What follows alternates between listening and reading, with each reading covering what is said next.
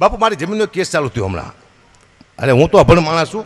જજ સાહેબ મને ઊભો રાખ્યો. આમાં શું છે, મેં કેસ કર્યો એટલે વાદી અને પ્રતિવાદી બે આવ્યા. મેં કેસ કર્યો એટલે અરજદાર છું એટલે વાદીમાં આવે અને સામેવાળો પ્રતિવાદીમાં આવે. મને આવી કંઈ ખબર જ નહીં. હું તો જો જજ સાહેબ મને કે તમે વાદી છો. મેં સાહેબ હું તો ગઢવી છું. કોણ વાદી કે? એ કે ભાઈ કોઈ ન કહેતું. અરજી કરી બીધું હા એને વાદી કહેવાય. તો બાકી હું વાદી નથી કીધું સાહેબ. હું લાગતો છું પણ શું નહીં. એક વીઘો જમીન નથી બોલું તળિયા ઝાટક થઈ ગયું બધું. હમણાં મને એક વાદી ભેગો થયો. મને કે રામ રામ દરબાર. રામ રામ કયો ગામ બાપુ? બીજું હરંભડા. કોના દીકરા શું દરબાર? ચંદુભાનો. ચંદુભાની વાત ન થાય. બીજું ચંદુભાઈ શું પાછું કર્યું? કીધું કંઈ નથી કર્યું બાપુ, પણ રાજા માણસ હતો એના ઘરે રજવાડું હતું. 50 નોટ અમને આપેલી હાથમાં. બીજું શું લેવા ખોટું બોલે છે કે કાં? મેં તું હું રજવાડાની વાત કરીશ. કીધું 20 રૂપિયા પહેલાં અમારા ગામમાં રજવાડું નહોતું. હમણાં તારા બાપ લાઈટું આવી છે. કોઈ રજવાડું હતું તમારા ગામમાં એમ. અને એવો હોશિયાર માઈ ગયો. મને કે દરબાર આ વખતે કામ કરો. મેં શું? ગવાર વાવો, વરસાદ સારો થશે. બીજું ખોબામાં વાવું તારો બાપ? એક વીઘો જમીન નથી, પૂછતો ખરો. સીધો ગવાર વાવો. તેજમાંથી વાવો થાય કોકડા. જમીન જ નથી, શું ગવાર વાવે? ના ભાઈ ના.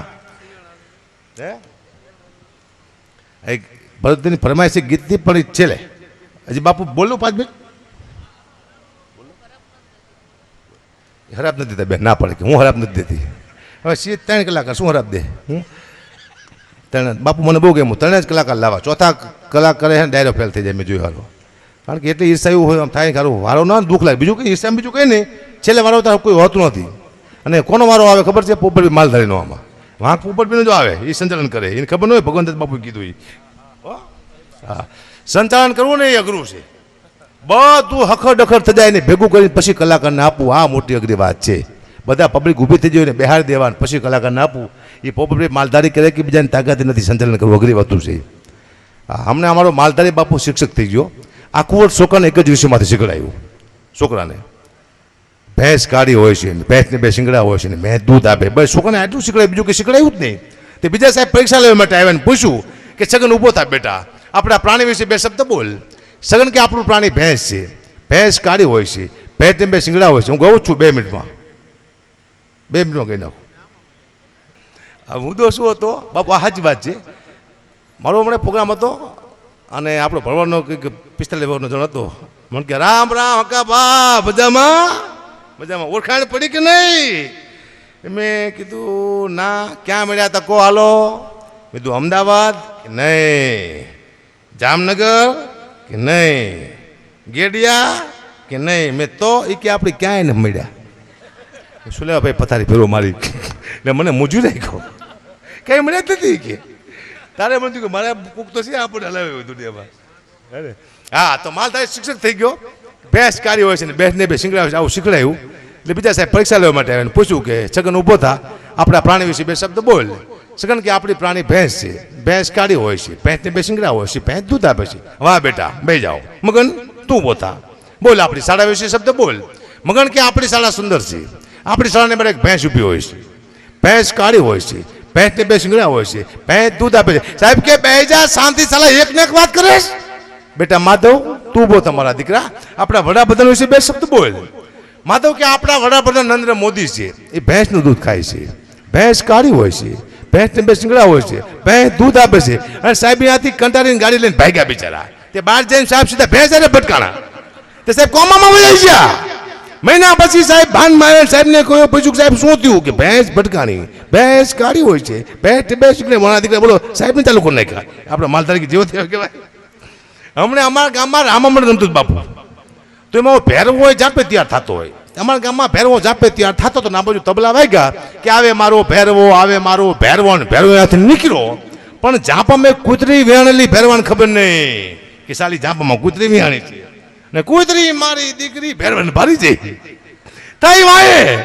તે ભેરવો બિચારો ગાબડી બદલે સીમમાં ફાઈ ગયો અને વહી ગયો પાણીમાં. આટલા તલાવમાં ઉભેલો, આટલા પાણીમાં હાથમાં કાકડો લઈને કે રામા પીર નાખો મને અહીં મારી નાખે કે સાલી બહાર મને કૂતરી મારી નાખશે. બોલો પેલા આવો હતો હવે નથી. પણ બેન વર્ષીબેન બાકી છે. મને ખબર છે 1 વાગ્યો છે ને 1 થી ઉપર 2 ન વાગવો જોઈએ મારાથી.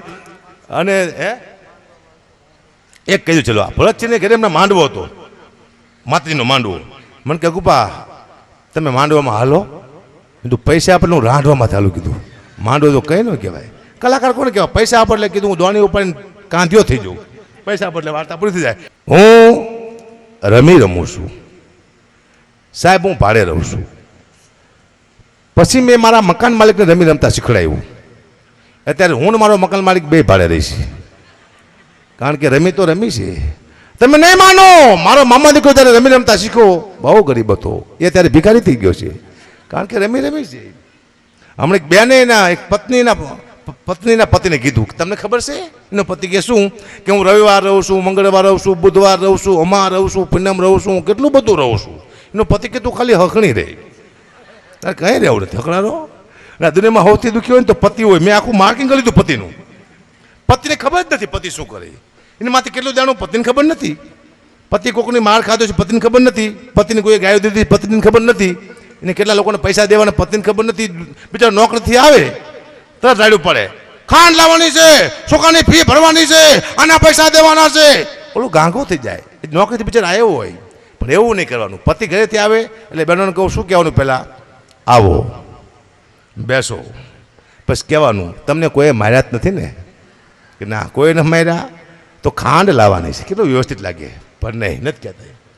હા, મારા ઘણા બધા ભારદાસ બાપુ ચાહકો છે, કરોડો ચાહક છે મારા. તે ચાહકના ઘરે હું જોઉં ને તો મને જોઈને ગાંડા જેવા થઈ ગયો. આમ હકાપા આવ્યા પાણીનો તાટ લાવ્યો મારા પગ ધોવા. હવે મારા પગ મેં બેદી ધોયા નહોતા એને ખબર નહોતી કે હકાભાઈએ પોતાના પગ બેદી ધોયા છે નહીં. મને કે બાપુ પગ મૂકો તાસમાં. તમે તો કારો કારો મજો પગ મૂકો અંદર, એટલો બધો પગ કારો છે, બતાવું? હા તો વાંધો નહીં, મૂકો પગમાં તાસમાં પગ. એવો કહેશો તો પાણી થઈ ગયું કાળતરા નાકના ઝેર જેવું કારું મહેશ. બીજું હારો પીશે તો હમણાં મરી જવાનો, પણ એટલું બધું આશિક નહોતો. પીધું નહીં એને ઝાડમાં પાણી નાખ્યું, બોલો હવામાં ઝાડું પાડી દીધું. પાણીનું પોઈઝન કરી નાખે એવા પગ છે, પણ હાલે છે, આને કહેવાય કૃપા. પોઠિયાને કીધું એકવાર ભગવાને કે નીચે જા ને કહેતો આય દુનિયાને, 3 વાર નાય 1 વાર ખાય. પોઠિયો નીચે આવ્યો પણ ભૂલી ગયો બિચારો. એ કે 3 વાર ખાય 1 વાર નાય, એટલે આપણે 3 વાર ખાઈશી 1 વાર નહીં છી. પણ કદાચ પોઠિયો સાચું બોલ્યો હોત કે 3 વાર નાય 1 વાર ખાય તો દુનિયાની હાલત થાત શું? ખાવાનું હોતેરી નકું નાવાનું જ હોતી. કોઈ મહેમાન આવે, આવો નહીં લો, હું નહીં નાયો, નહીં તારી માના આમ છે, પહેલી વાર આવ્યો છું, નાવો તો પડશે તે, લાવો ભરતથી ડોલ અબસાની માથે કબસાની.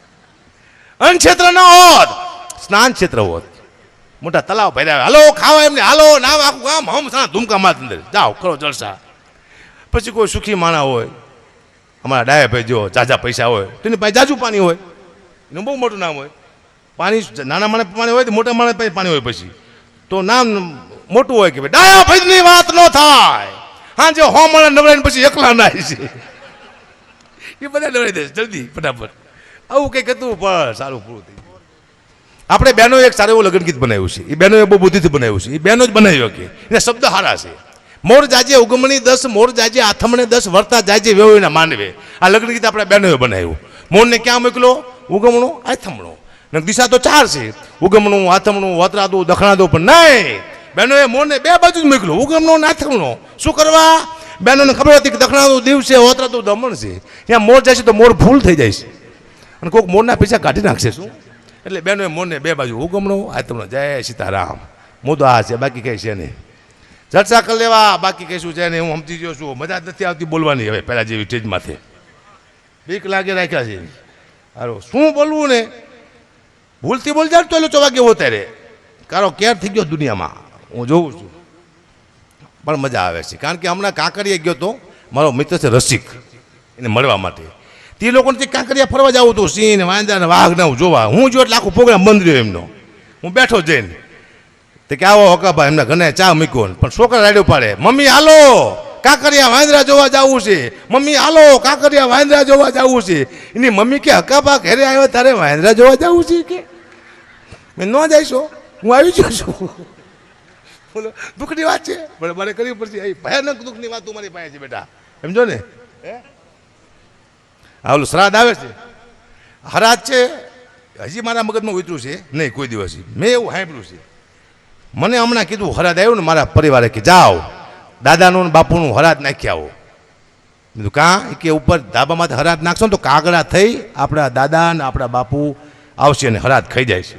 હું તો જો હરાજ નાખવા ધાબામાંથી, અને મને વિચાર આવ્યો કે મારા દાદા મરી જાય ને 100 વર્ષ થયા, હજી કાગડો જઈશે એને બીજો કોઈ અવતાર મળ્યો જ નહીં હોય.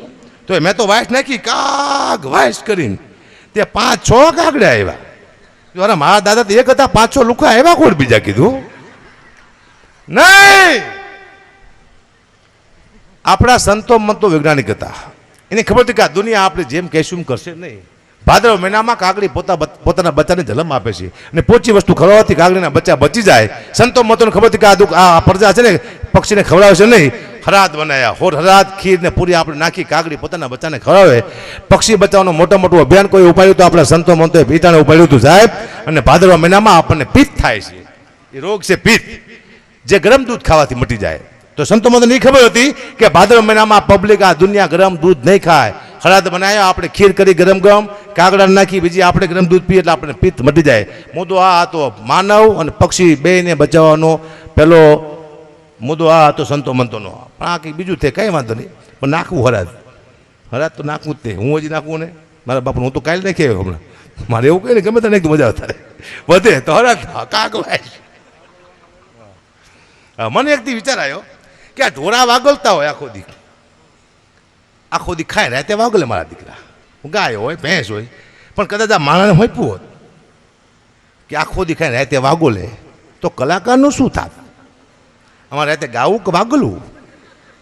અમે ગાતા હોય સૈયર મોરી રે, વચમાં કેટલું ખરાબ લાગે. વાગલું સારું તો લાગે, દુઃખની વાત છે, પણ કરવી પડશે અમારા જીવનમાં. એમ અમારી પાછળ એક ઉપમા લાગે છે કે હકાબા ઘડી તો સાહિત્યનો બેતાબ બાદશાહ, માયાભાઈ હારી તો સાહિત્યનો બેતાબ બાદશાહ. આ બેતાબ બાદશાહ અમારી ઉપમા છે. અમે ક્યાંય પણ પ્રોગ્રામમાં જઈએ એટલે રજૂ કરે કે હવે આવશે સાહિત્યનો બેતાબ બાદશાહ હકાબા ગઢવી. અમારી ઉપમા છે. પણ હમણાં હું ગોધરાઈ ગયો, મને અલગ ઉપમા આપી કે હકાબા ગઢવી આવ્યા છે, જેને સાહિત્યનો સાંઢ કહેવાય. કે તું ભાઈ સાંઢ ન કહેવાય, બાદશાહ કહેવાય. શું વાત કરો? એ કે અમારા ગામમાં સાંઢ મોટો હતો. બોલો 1 કલાક અહીંયા હું શાંત થઈને બોલ્યો. પછી જો સાસણ ગીરમાં અહીંયા રજૂ કરતા આવડ્યો જ નહીં. કે હવે આપણે હકાબા ગઢવીને ટેજ માથે રમતા મૂકી. કે બીજું પહેલાં હું મેડીમાંનો બોકડું છું ભાઈ, અરે રજૂ કરો રમતા શું મૂકો? દુઃખની વાત છે, કરવી પડશે. ઘણી દુઃખની વાત મારી પાસે છે. 50 લાખની ગાડી નીકળી છે ભગવાનદાસ બાપુ, મારા બેટો એક્સિડન્ટ થાય, અંદર ફુગા થાય છે, આપણે મળતા નથી. આવી ગાડીઓ મેં જોઈ. હજી તમે 10 વર્ષ જાઓ તો હજી એવી ગાડીઓ આવશે. એક્સિડન્ટ થયો, તમે બહાર પડ્યા, ફુગા તમારી વાયા દોડશે. આવ તમને નથી મરવા દેવા, તમારા હપ્તા બાકી છે. હું હપ્તા બાકી હશે ત્યાં ગાડી તમને મરવા નહીં દે. હપ્તા પૂરા તો આપણે પૂરા જાય છે. તારા દુઃખની વાતો લઈને નીકળ્યો છું ભાઈ હું. સમજા ને? ટાઈમ બરોબર છે ને મારો? હજી બાપુ 5 મિનિટ બોલો. હા, કારણ કે મને ખબર છે કલાકાર બાકી હોય ને મારાથી હરાબ દેતા હોય કે આનું ગળું બેસી જાય. એક ધારો મારો દીકરો મંડ્યો હાવ હાવ હાવ. આ કારણ કે આ મારા જીવનમાં બનેલું છે. મારો વારો 5 વાગે આવતો, હું હરાબ દેતો કલાકારને. અને 5 વાગે વારો આવતો પછી પણ રજૂ કરતા કે હકાબા ગઢવી આવ્યા છે, ઉગતા કલાકાર છે, એને આપણે સાંભળી 5 વાગે વહેલા. તારે હું કહેતો કે ઉગતા કલાકારને દી ઉગે ન મૂકો, તમારો બાપ હાથમી જાય છે. મારા દીકરા મને દી ઉગે મૂકતા. દુઃખની વાત છે, પણ મારે કરવી પડશે જીવનમાં. બરાબર ને? આ મિત ઉસ્તાદ છે, નાનો છોકરો બહુ સારું ઉગાડે છે, એ મારી સાથે આવ્યો છે. ભરતજી, બે આવ્યા છે. આ પ્લેનમાં પહેલી વાર બેઠો બેઠા, હું એકવાર પહેલી વાર બેઠો હતો.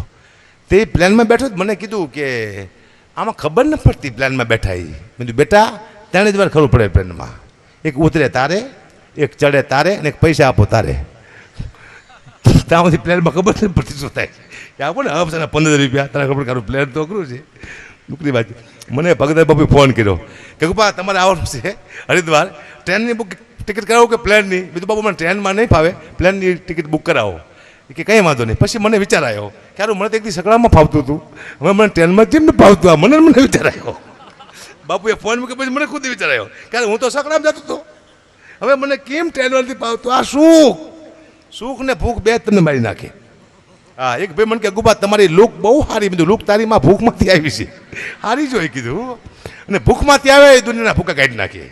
આ ચડવા માટે ભૂખની જરૂર છે. સુખી માણસ આ નથી ચડી શકતો, વાર લાગે. લગભગ 99% માણસો ભૂખથી જ અહીંયા ચડી શકે છે, સુખી માણસ બોલી ન શકતો. હા, એટલે દુઃખથી બધું. હા, અને આ સ્ટેજમાંથી મારું રેકોર્ડ છે, મેં કોઈને સલાહ ના આપી મૂકી બાપુ સ્ટેજમાંથી. અને મારે કોઈને આપી નથી સલાહ. એમ એકવાર સલાહ આપી હતી મનુ બાપુ મેં કે સાહેબ કોઈ દારૂ ન પીતા, દારૂ સારી વસ્તુ નથી. તા મને ફોન આવ્યો હવારમાં, ક્યાં તારા બાપનો પી શીખે? મેં તું પેલા ફૂલ થઈ જા, ફૂલ થઈ જાય તારી માને સમજે કીધું ફૂલ થઈ જાય બધા આવી જાઓ અમારે શું લેવા દેવા પહેલાં તમારે પીવો પીવો જે કરવું અમારી ભૂલથી તમને કીધું તારની સલાહ બંધ કરી કે નહીં સલાહ જ નહીં આપવાની. હમણાં અમારા ગામમાં જુગાર રમતા હતા. મેં એક જણ તને નાની આવી હવે તને નાની જુગારમાં એટલે બહુ મોટી વાત કહેવાય એમ થાય કે આપણને કોઈ જીતી જ નહીં શકે. તને નાની આવી તો ખુશ થઈ ગયો પણ ઉપર પોલીસ આવી જાય ને ખબર નહીં માથે તો આમ તને નાની આવી કે આમ જોયું કે હો મારા બાપ ઉપર આવી ગયો આમાં તું ઓહો થઈ ગયું આટલી વાર લાગે સમજા ને હે